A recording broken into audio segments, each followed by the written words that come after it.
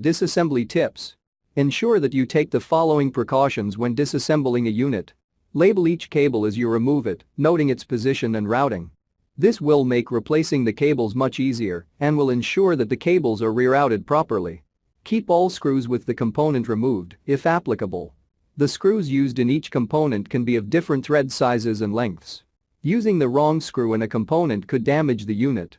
If the unit contains light-sensitive components such as motherboard, memory module, CPU, hard disk drive, graphic card, store the component in its original ESD packaging to avoid damage. Please read the description below for more details about tools used to removal and replacement, static electricity.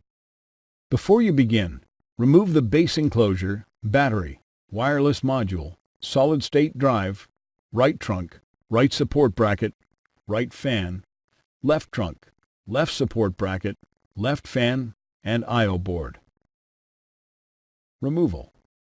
Using minimal force, lift the locking bar up on the power button board ZIF connector and disconnect the power button board ribbon cable from the system board. Remove the two 3mm P1 Phillips head screws that secure the power button board to the top cover. Lift the power button board off of the alignment pins on the top cover and remove.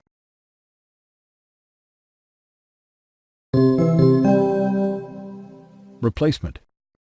Place the power button board onto the alignment pins on the top cover. Replace the two 3mm P1 Phillips head screws that secure the power button board to the top cover.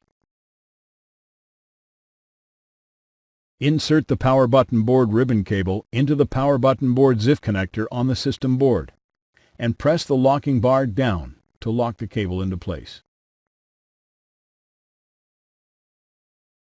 Thanks for watching. Please click subscribe for more videos and weekly updates.